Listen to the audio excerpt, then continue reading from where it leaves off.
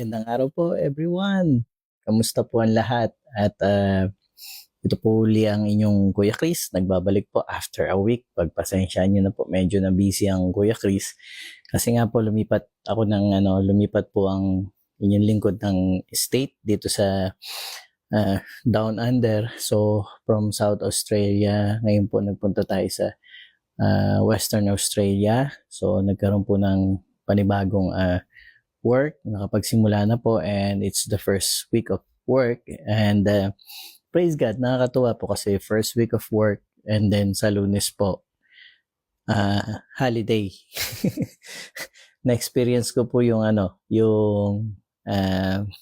South Australia Day nung nandoon ako sa South Australia nung March, and then coming here to Western Australia, na-tsempohan ko naman po yung sumunod na Lunes after my 1 week of work is naging Western Australia Day. So long weekend, so bukas po Saturday wala pong pasok, and hanggang Monday po walang pasok. And praise God po. Kamusta po ang lahat? Gusto ko pong kamustahin na lahat. Alam niyo po, on this live, gusto ko pong magkwentuhan tayo. Gusto ko pong makashare kayo kasi alam nyo, ang Panginoon meron pong sinasabi sa atin lahat. Na kung nakita nyo po yung post ko, I think that is yesterday or 2 days back, about Samson. So gusto ko pong i-share sa inyo yun today. And on the same time, ang ating senior pastor Cheese, nakita ko po yung post, and it's about storms and struggles. And since last week po, yung pong mga post ni Kuya Chris is about struggles, about storms, about mga pagsubok. Kasi po, alam niyo po, makikita natin sa Bible, no? Ang daming stories of the Bible na ang ating yung mga people of God, talaga pong may mga pinagdadaanan lahat. Pero hindi po mahalaga kasi kung saan ka dadaan. Kaya nga sabi, may pinagdadaanan. Dadaanan lang po natin yan. Hindi natin yan tatambayan. Mahalaga, kasama po natin ang Panginoon. Take note mga kapatid, lahat po ng tao dumadaan sa mga pagsubok. Ang kaibahan ng mananampalataya ay kasama natin ng Panginoon, at alam natin kung saan tayo nakasandal. Alam natin kung saan tayo kumukuha ng lakas. Yun po yung kaibahan. Kasi po, marami po sa atin yung mga, alam niyo po, yung nagiging parang nawawalan ng pag-asa or na frustrate, or I know some of us are even having doubts. Bakit kung kailan na naging nanampalataya ako, kung kailan naging active ako sa church, tsaka nagkakaroon ng mga pagsubok.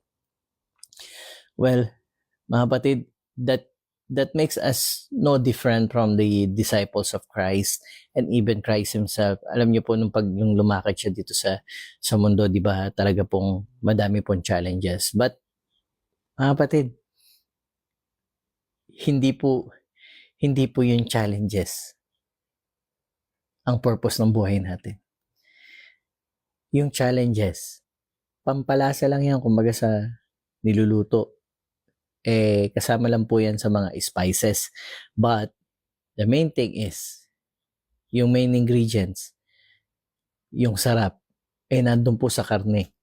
Kung maalala nyo po yung pinag-usapan natin sa church dati, lalo na tinuro po ng ating Pastor Cheese, yung about dun sa pagkain ng karne, sa kumpara doon sa karne, tsaka sa gatas, di ba?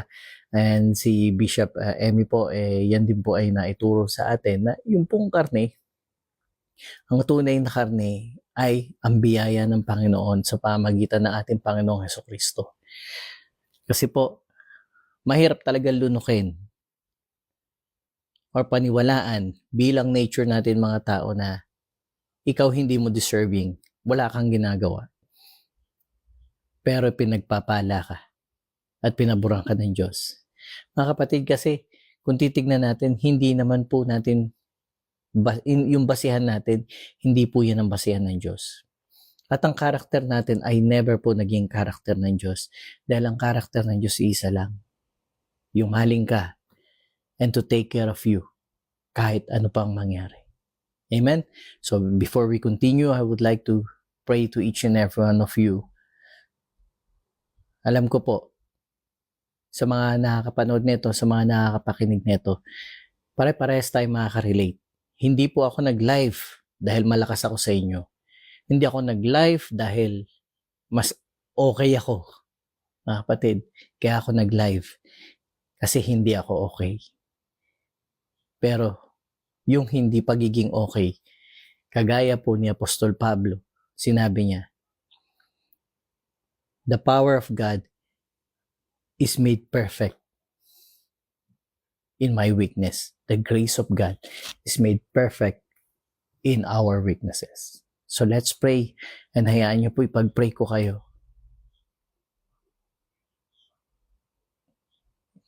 Let us all pray. Father God, maraming po salamat for this night. Salamat po sa mga oras na to, sa mga panahon na ito. And maraming pong salamat sa lahat na makakapanood at makakapakinig na itong live broadcast na to. Ama, kahit hindi ko ipanalangin yung mga tao na to, alam ko pinagpala mo na sila at pinaburan. Alam ko sinasamahan niyo sila. Alam ko, Lord, narinig niyo na ano man ang bawat hinaing na meron sila. Nakikita niyo kung ano man yung mga pinagdadaanan nila. At maraming salamat dahil ngayong gabi, muli kang magsasalita sa amin, muli kang makikipag-usap sa amin sa pamagitan ng inyong mga salita na iniwan niyo sa amin sa banal na kasulatan. The Word of God. And again, we thank you, Father God, dahil alam namin the Word of God is you. The Word of God is Jesus Christ. Yung sabi nyo nga, in the beginning was the Word, and the Word was with God, and the Word was God. Ang inyong mga salita ay makapangyarihan, Ama. And alam ko ikaw magsasalita sa amin ngayong gabi. And alam ko may purpose.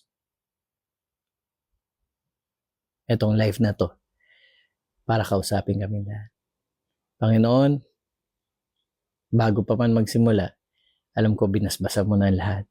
Pinagpala mo na lahat. At ikaw, ang aming kalakasan. Ngayon at magpakilanman. Maraming salamat, Ama. Ito po ang aming declaration. Ito ang aming prayer. Ito ang aming pagyakap sa inyo. Sa ngalan ni Kristo Jesus, na aming Panginoon at tagapagligtas. Amen. Amen. Amen. Mga kapatid, makikita nyo na sa likod ko. Si Elijah po yan. That is the story of Elijah. So, yun po yung unang gusto kong i-discuss sa inyo. The story of Elijah is found, mahaba po yung story. Hindi ko na po isasama dito yung mga verses sa pag-uusapan natin. Kasi po, gusto ko po na pagkatapos natin mag-usap-usap, kayo naman po, kanya-kanya po tayong magbasa ng Bible. At para po, yung kasi iba yung personal na pagbabasa mo ng Bible. Talagang may personal din na dealings at saka pakikipag-usap sa atin ng Panginoon. So, bibigay ko po sa inyo yung mga references ng pag-uusapan natin ngayon. There are two stories. There are two stories of our topic tonight. The first story is the story of Elijah. Saan po ba matatagpuan ang istorya ng propeta Elijah? Ito po ay nakasulat po sa 1 Kings chapter 17 to 19 and hanggang umabot po siya sa 2 Kings chapter 1 to 2. Mahaba-haba pong basahan yan. So, alam ko po, yung pagpapala ng Panginoon, nakikita po natin sa kanyang mga salita. So, wag po nating kakalimutan lagi na buksan yung aklat dahil yung pong pagbabasa natin, yung po yung way ng pakikipag-usap sa atin ng Diyos. So, bibigyan po natin ng short summary si Elijah. Alam naman natin si Elijah, isa sa mga pinaka kilalang propeta, and Elijah is one of the people who never experienced death. Na-rapture din po ito si Elijah, tinangay po ito ng karwahe. Hindi po siya namatay. Ngayon, nabanggit natin yung kamatayan. Alam niyo ba na ang prayer ni Elijah? Mamatay na siya nung siya po ay na-depress. And why si Elijah? Bakit po si Elijah ang pinag-uusapan natin? Kasi mga kapatid, ito po sakto. Tayo ito. Tayo pong mga mananampalataya. Katulad ni Elijah. Ganito yung story ni Elijah. Nung siya yung habang yung buhay niya bilang propeta, alam niyo po ba kung gaano ka-powerful yung kung ano yung power na binigay ng Panginoon sa kanya, kung paano na-display ng Panginoon yung power kay Elijah? Nung sinabi ni Elijah na hindi uulan, hindi uulan. At sabi niya, hanggat di ko sinasabing umulan, hindi uulan. Diba? Ang tindi ng authority na ibinigay sa kanya ng Panginoon. An authority which is only God can do. But yes, of course, it is not Elijah who did that, but it is God. He is representing God. And then, Elijah is the prophet na kung tumakbo, mabilis pa sa mga chariot. And then on the same time, Elijah also is the one who was one of the prophets who raised people from the dead. And on the same time, siya po kumbaga, marami na siyang representation si Jesus Christ na sa kanya pinakita, kagaya nung pagpo-provide dun sa widow. Yung widow na naghihintay na lang mamatay, pero pinapuntahan sa kanya and nag-provide, binless niya, binless ng Panginoon, and nagkaroon yun ng unlimited supply ng oil and harina. Kaya habang buhay talaga yung supply nila, di ba? Ganyan po si Lord. So makikita po natin kahit sa istorya na to, the Lord provides unlimited. Unlimited. And paano niya pinrovide? Mga kapatid, this is number one na gusto kong i-highlight sa inyo on the story of Elijah. Mga kapatid, yung widow tsaka yung bata, yung mag-ina, naghihintay na lang sila ng kamatayan. Yung last piece na pwede niyang i-bake na lang nung widow and para kainin nila, and that is their last supper. At mag-iintay na sila ng kamatayan. Mga kapatid, that time, God came to them through Elijah. It is not Elijah who came to them. It is God who sent Elijah to that widow. Remember? And nakita nyo, sinend ni God si Elijah do sa widow para si Elijah makikain, hindi para mag-bless. But look at the twist. Look at how God turns a story into greatness. Dahil yan po ang karakter ni God.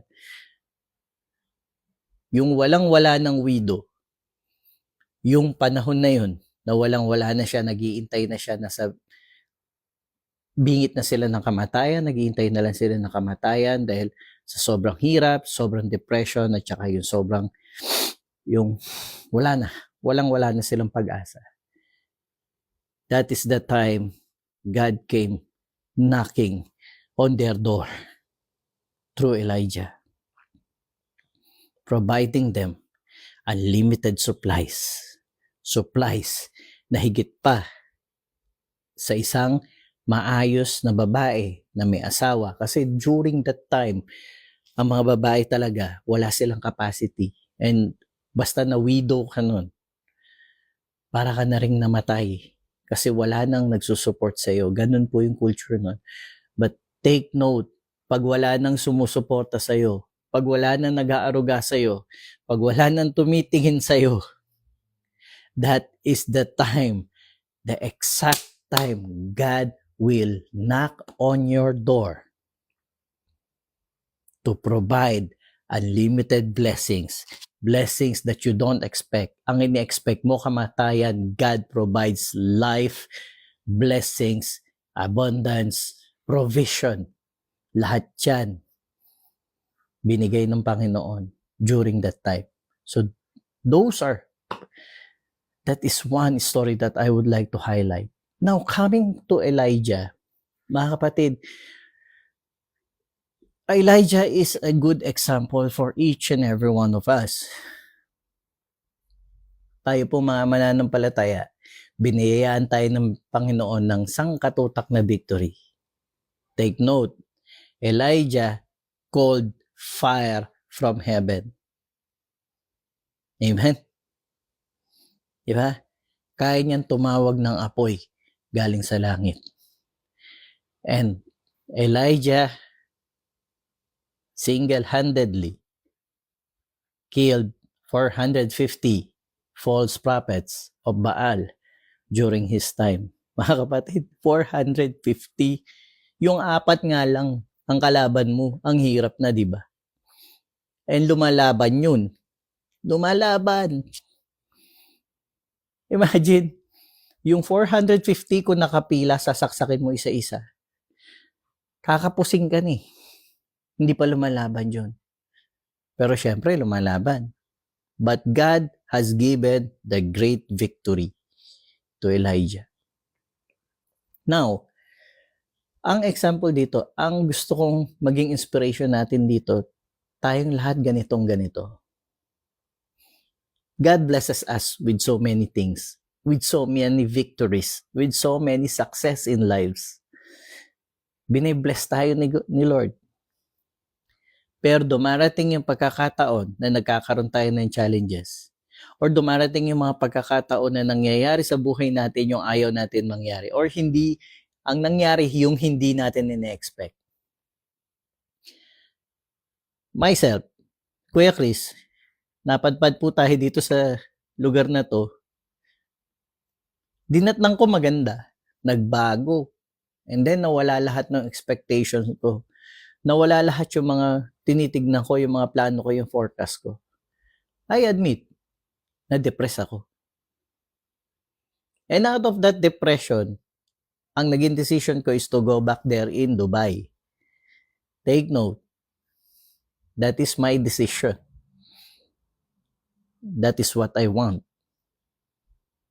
So parang kumukuha lang ako ng katwiran.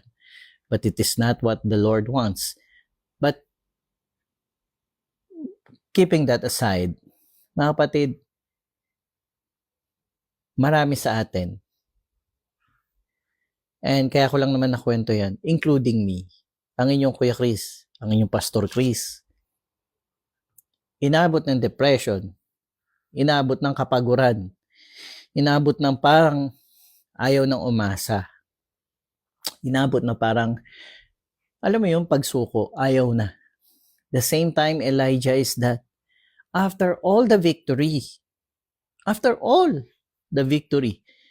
na tinamo niya, after all the power that has been displayed through him by God, na-depress yung mama, napagod. Siguro nga ganun talaga nakakapagod pumatay ng 450 na kalaban.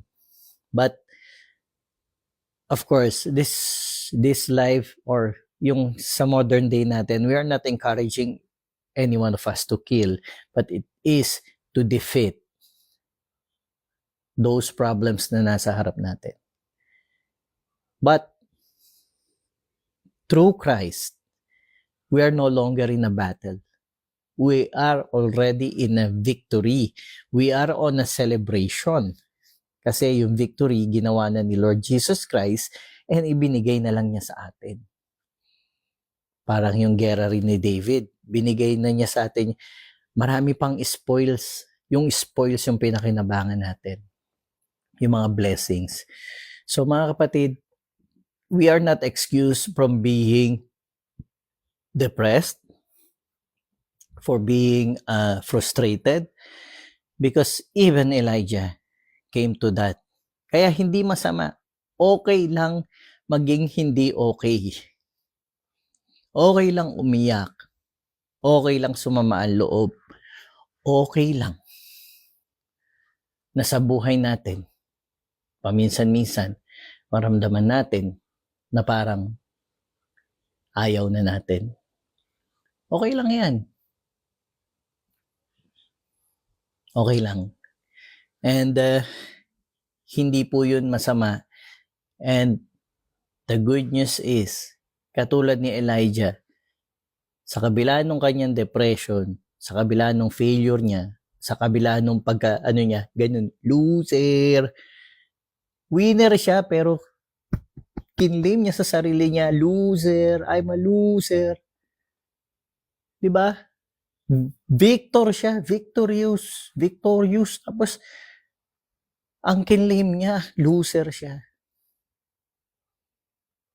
Pero, the God who loves us, the God who loves him, he did not take it against Elijah. And so right now, God, the Father, our loving God, will never take anything against you. Kung nadadapa ka man, sumasama man yung loob mo, nagtatampo ka man, nade-depress ka man. Isa lang ang sure. Nung na-depress si Elijah, that time, nangihingi na naman siya ng signs.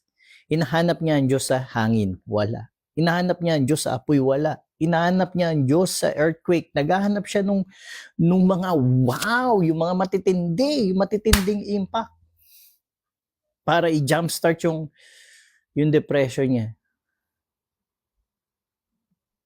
Take note, the Bible it says, then a gentle whisper came to him.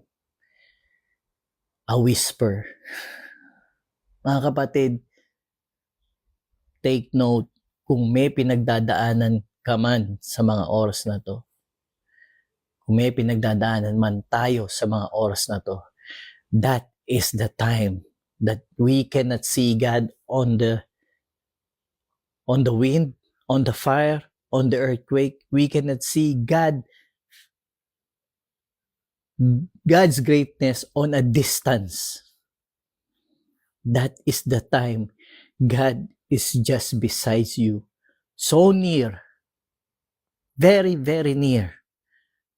To give you a whisper. Mga kapatid, subukan mo. Kahit ngayon kung may kasama ka dyan, bulungan mo yung kasama mo sa kwarto or sa bahay.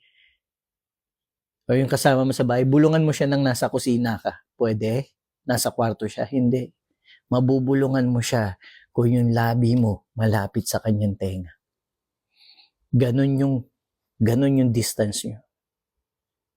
During the time na depressed tayo, during the time na akala natin mag-isa tayo, during the time na nanlalamig tayo, that is the time our loving Father is so close to us. Nakayakap sa'yo. Nasa tabi mo. Marami kasi tayo hinahanap kung saan. He is exactly beside you. Diba sinabi, hinahanap ni Elijah sa apoy, sa hangin. Parang ganyan tayo, hinahanap natin, Lord, ba't di kita maramdaman? Ba't parang wala ka? That is not true. Pinakita yung kay Elijah. Then a gentle whisper. The Lord is always close to each and every one of us. Kaya wag na tayo ma-depress. Wag na tayo mag-isip. Just enjoy the grace of God and His victory. Second story.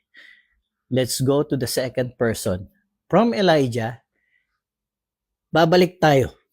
Kasi Elijah is found in Kings, the book of Kings. Then we go back to the book of Judges, which is nauna ron. Before Elijah, it is displayed by God because God is consistent. God is always consistent on loving us because that is who He is, mga kapatid. That is who He is. The story of Samson.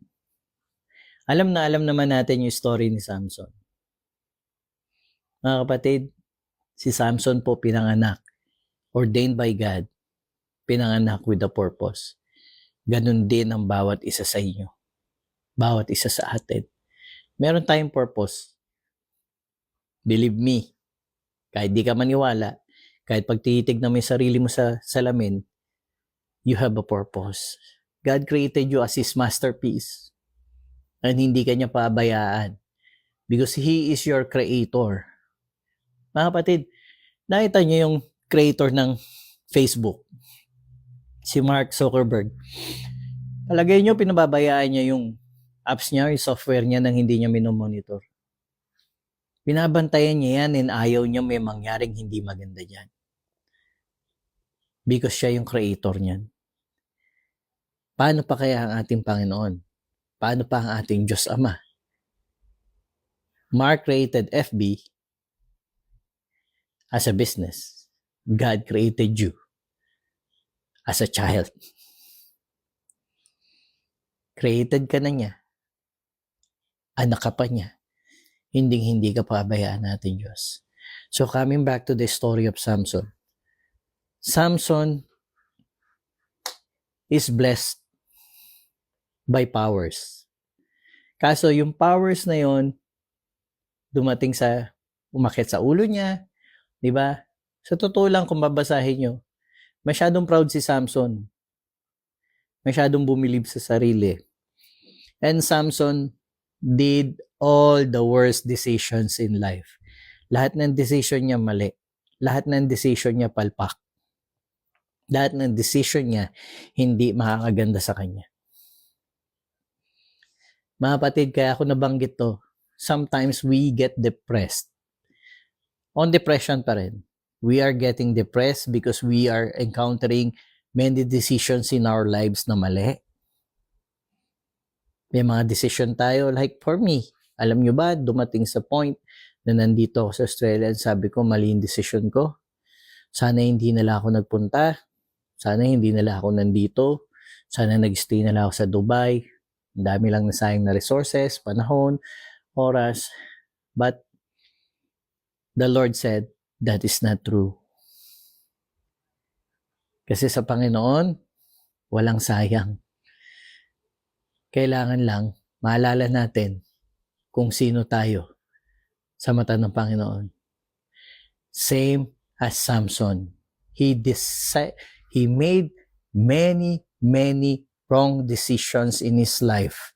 And yung wrong decision sa buhay niya na yon, he ended up as a slave na mga kalaban. He ended up blinded na mga kalaban. Tinorture siya, binulag, dinukot yung mata niya. He ended up na pinagtatawanan ng lahat. Ginawa siyang clown, ginawa siyang entertainment, ginawa siyang slave. Araw-araw nilalait siya. Araw-araw pinamumuka sa kanya na wala siyang kwenta. Araw-araw pinahihirapan siya. Araw-araw nagtatrabaho siya against his will dahil sa mga wrong decisions niya.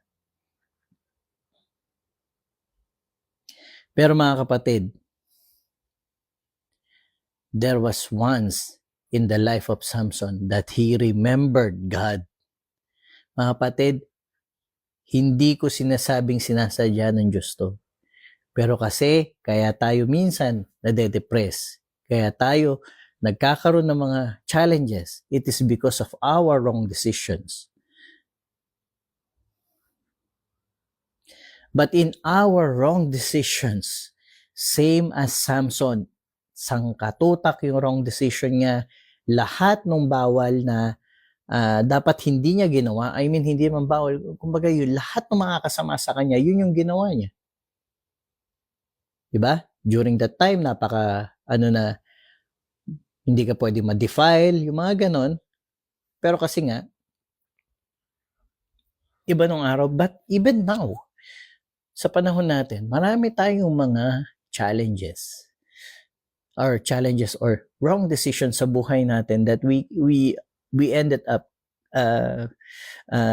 paulit-ulit na mali, palpak, paulit-ulit na nalulubog tayo na nalulubog. Same as Samson, he has dug his own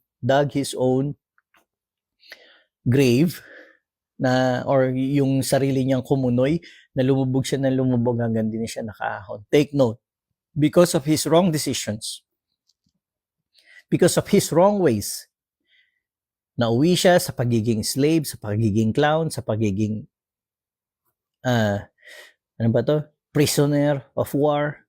Ganun.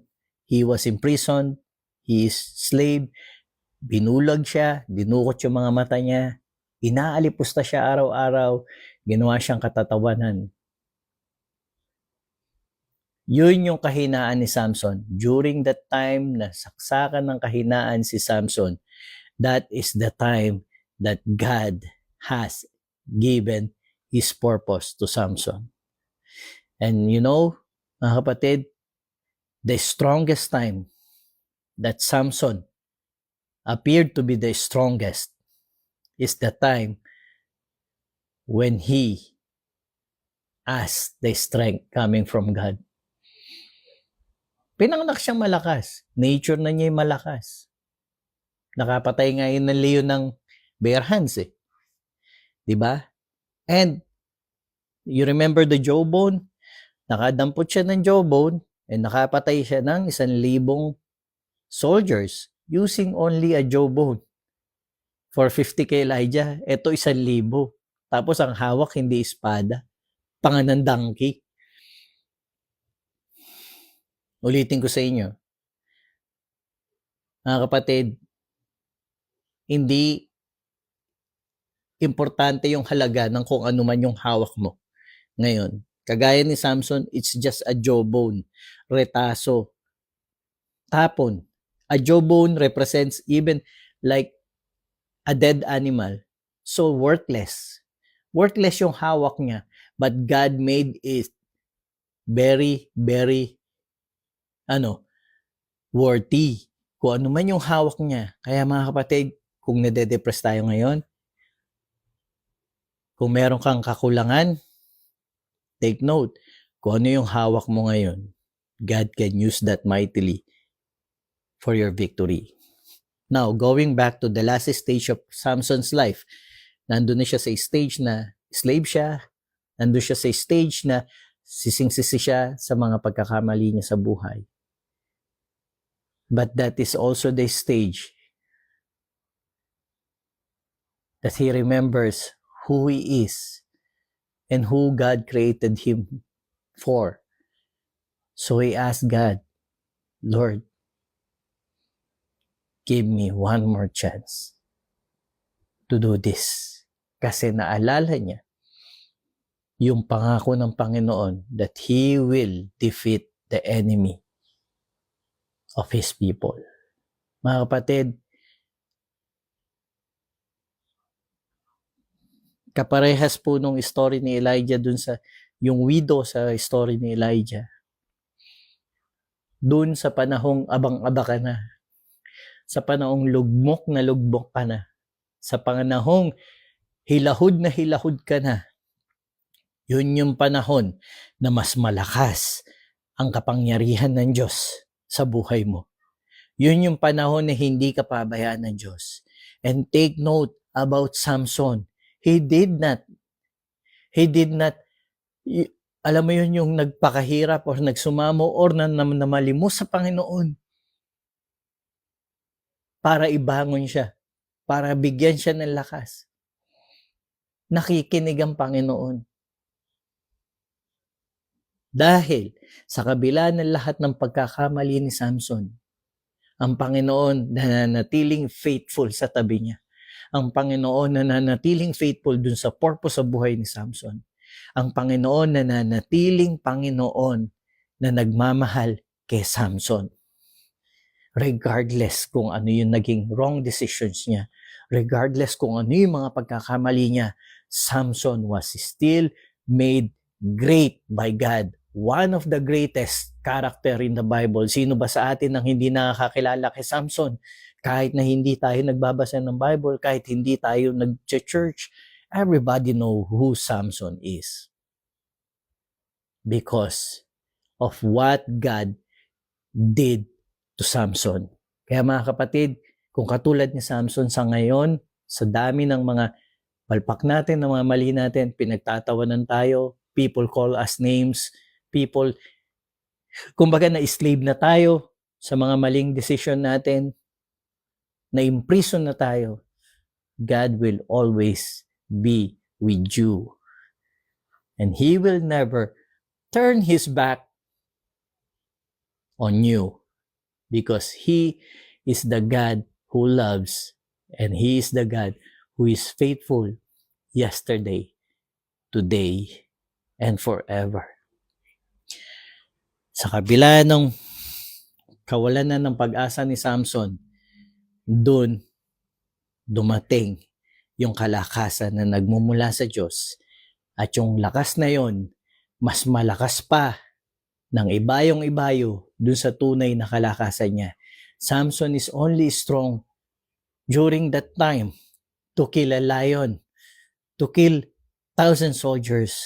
But this time, the last time, when Samson is about to give up, God has given him the strength na mas malakas pa sa kahit anong bulldozer. Imagine, how can Samson, we always look at that na parang taken for granted, but take note, Samson has demolished the entire temple of the Philistines nung mga kaaway nila. Mga kapatid, para magiba mo yun. Sa story, nandun lang siya sa 2 pilar, di ba? Itinulak niya lang. But imagine, hindi yun basta kukulaps ko yung 2 pilar lang. Sigurado, pagkatapos niyang i-crack yung 2 pilar na yun, kasi nga malakas na siya, nakakawala siya, he went berserk, destroying the entire temple.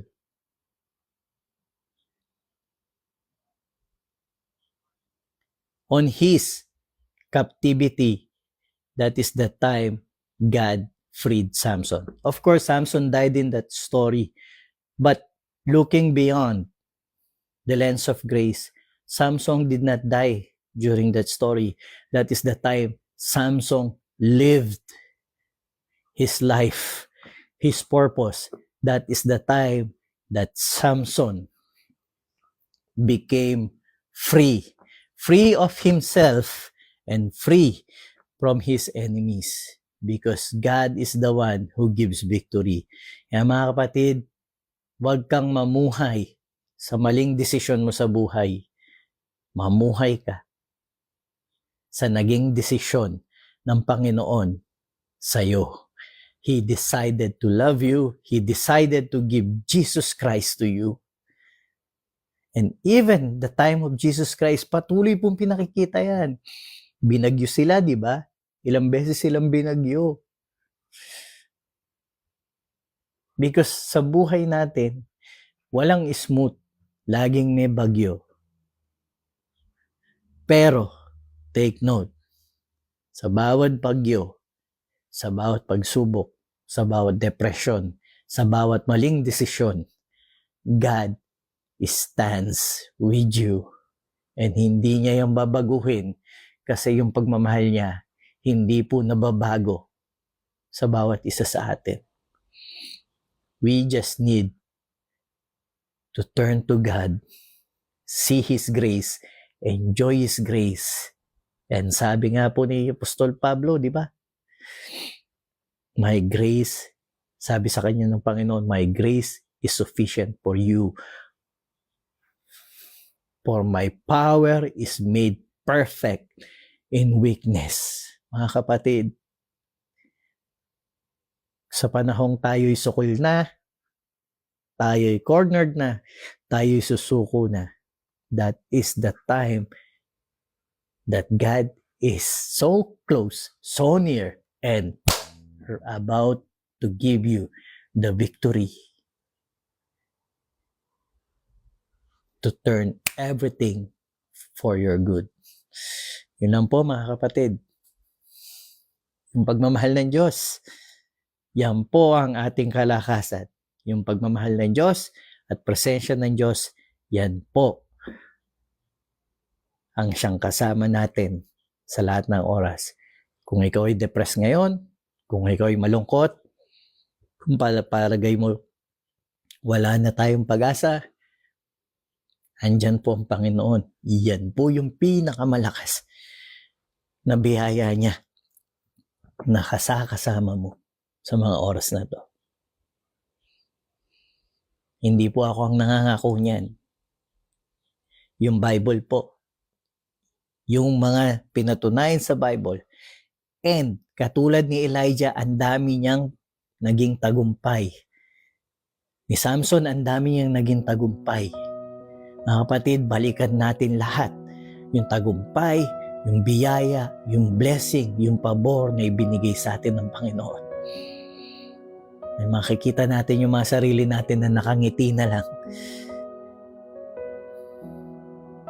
Dahil ang Panginoon, kung nagbigay sa iyo ng biyaya at saka ng tagumpay noong nakaraan, yan din ang magbibigay sa iyo ng tagumpay sa kung ano man yung kinakaharap mo ngayon.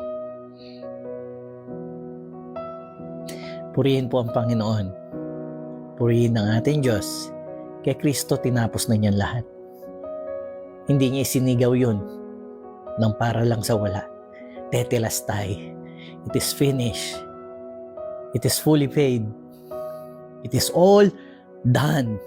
It's a done deal. Come to me,